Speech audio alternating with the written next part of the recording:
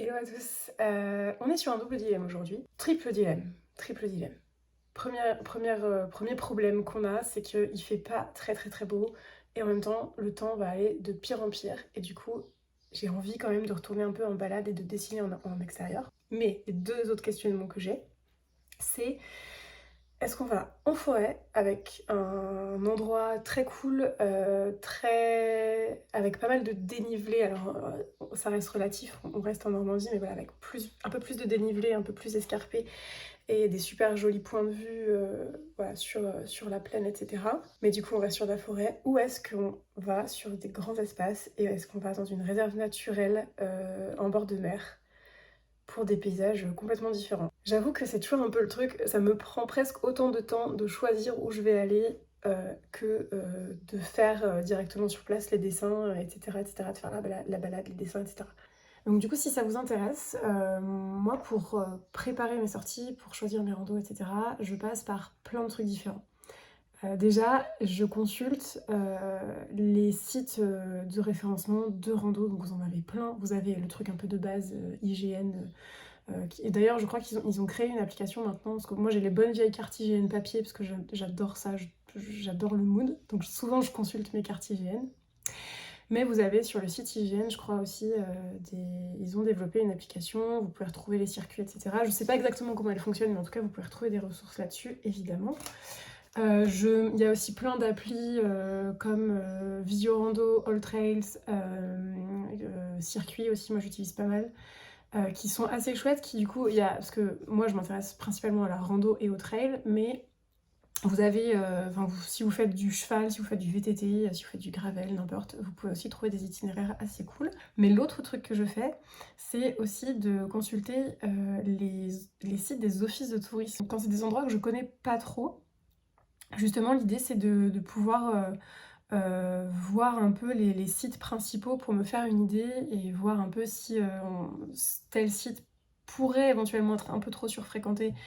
Donc moi, ça m'intéresse moins, je serais moins à l'aise de peut-être aussi sur le moment de dessiner sur place, etc. Enfin voilà. Soit à l'inverse, me rendre compte que c'est un incontournable et que je connaissais pas et qu'il y a plein de points de vue intéressants, qu'il y a plein de trucs à faire et tout. Donc ça peut être des pistes. Enfin, c'est de toute façon globalement comme ça que je fais mes circuits.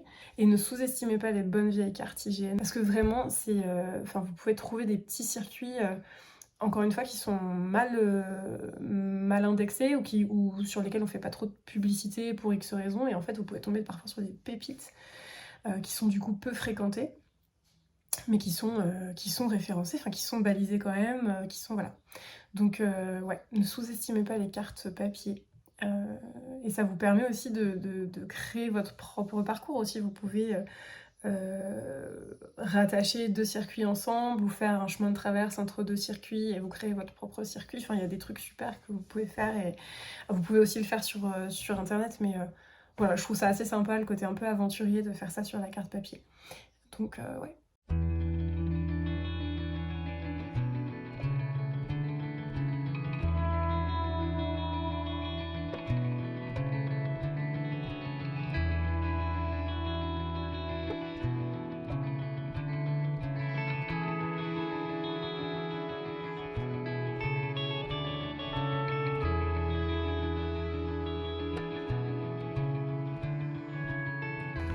Donc j'ai jeté mon dévolu sur la réserve naturelle du Gros Banc, qui est dans le Calvados, à côté de Caen. C'est un espace naturel, c'est une zone naturelle protégée, c'est notamment un espace ornithologique et vous pouvez observer pas mal d'oiseaux migrateurs. C'est un endroit où il y a des postes d'observation des oiseaux. Et donc on va aller voir ça, je pense que ça va être très cool à regarder et à dessiner.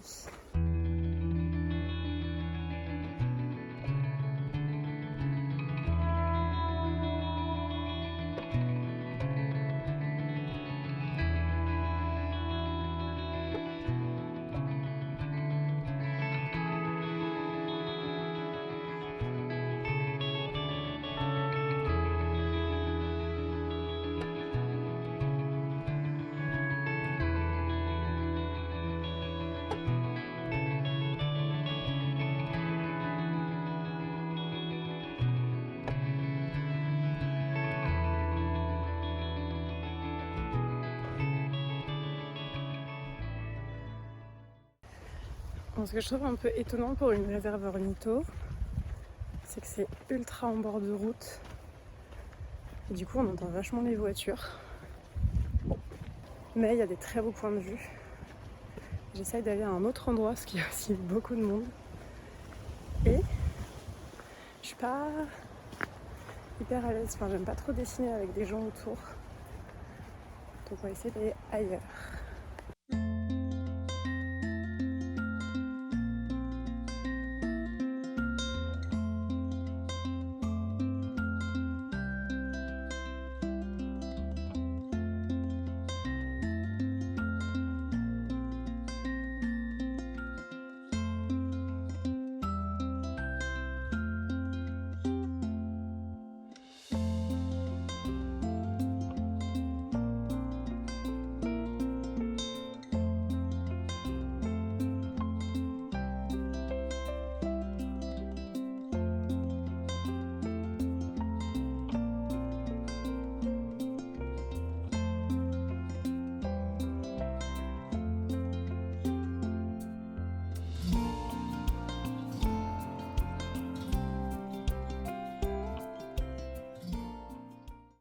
Et en fait, c'est une réserve naturelle où du coup, il y a plein de petits observatoires, un peu comme ça. Où vous pouvez du coup vous poser avec une bonne paire de jumelles et observer les oiseaux.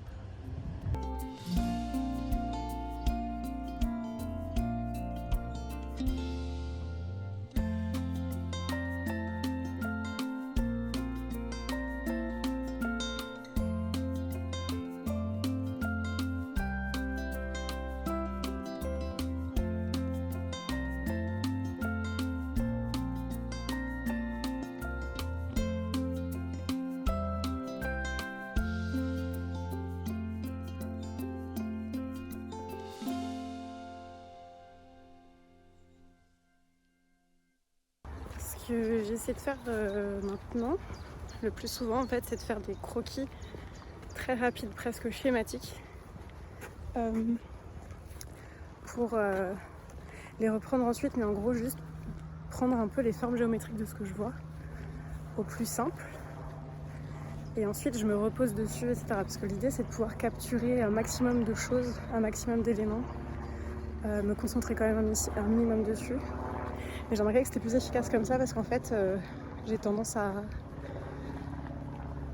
peut-être aller trop dans le détail alors que je suis en mouvement, en balade. Et donc je pense que ça va être plus efficace comme ça. Donc ce que je vais faire, c'est que je vais continuer de faire mes croquis très très rapides. Et ensuite je vais les reprendre, poser. Je pense que ça va être pas mal. Et en tout cas cette balade est très chouette. Là je fais demi-tour parce que ça fait déjà plus d'une heure que je suis dehors. Donc du coup j'ai encore plus d'une heure pour retourner au point de départ. Mais j'essaie de m'arrêter à faire quelques stops encore sur quelques éléments, mais en tout cas c'est très chouette. Ça change complètement d'environnement par rapport à ce que je peux faire en fait d'habitude. Ça change de la forêt, c'est d'autres plantes que je connais pas trop. Et du coup c'est intéressant. Il va falloir que je me penche d'ailleurs sur quelle plante et quoi, et à quoi elle sert. Parce que je me rends compte que c'est quand même pas du tout la même chose. Même s'il y a des similitudes, mais c'est quand même un peu différent.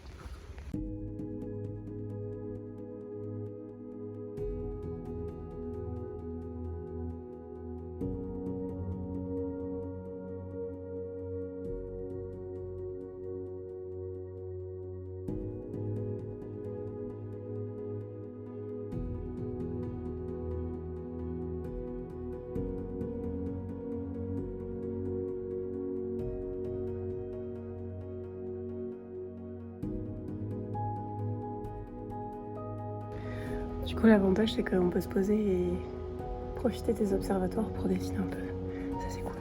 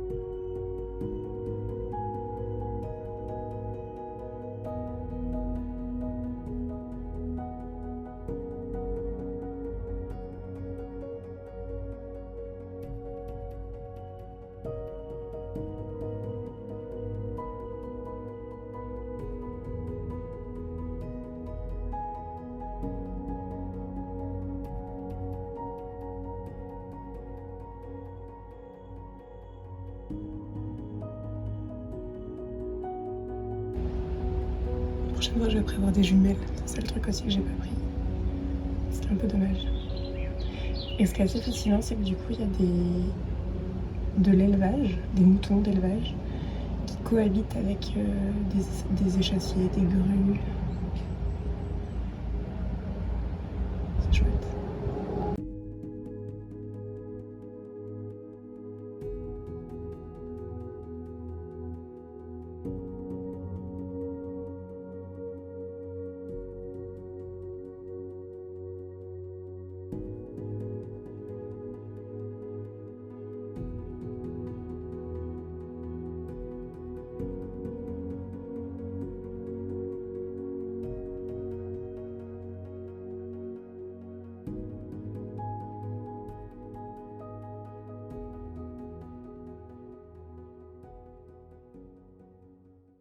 Je suis contente, j'ai pas mal de petits croquis fait vite fait que je vais reprendre tout à l'heure en rentrant et je pense que ça va faire des bons trucs et ça me donne pas mal d'idées aussi pour d'autres projets.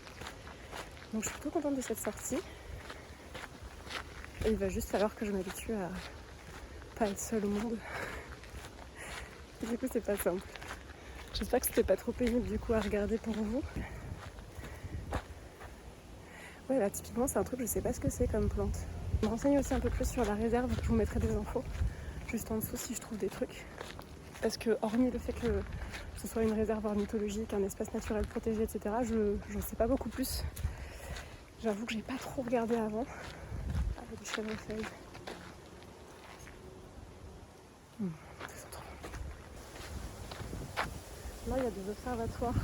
Il y a un observatoire là-bas. Je sais pas si vous allez voir. Et il y en a comme ça partout, tout le long du parcours en fait. Vous pouvez trouver des petits spots pour observer la biodiversité, la faune, la flore. C'est très cool et je suis même très étonnée qu'il y ait autant de diversité alors qu'on est au milieu de la route, on n'est pas loin de la mer avec du trafic maritime et tout. Donc comme quoi, même des espaces comme ça reste... Enfin c'est pas même des espaces comme ça, c'est comme quoi des espaces comme ça sont ultra utiles en fait. Même si on a l'impression que c'est proche de trop d'activités humaines, en fait c'est super important parce qu'il suffit en fait d'un minimum d'équilibre entre les espèces pour que les espèces se développent. Donc ça c'est très très cool.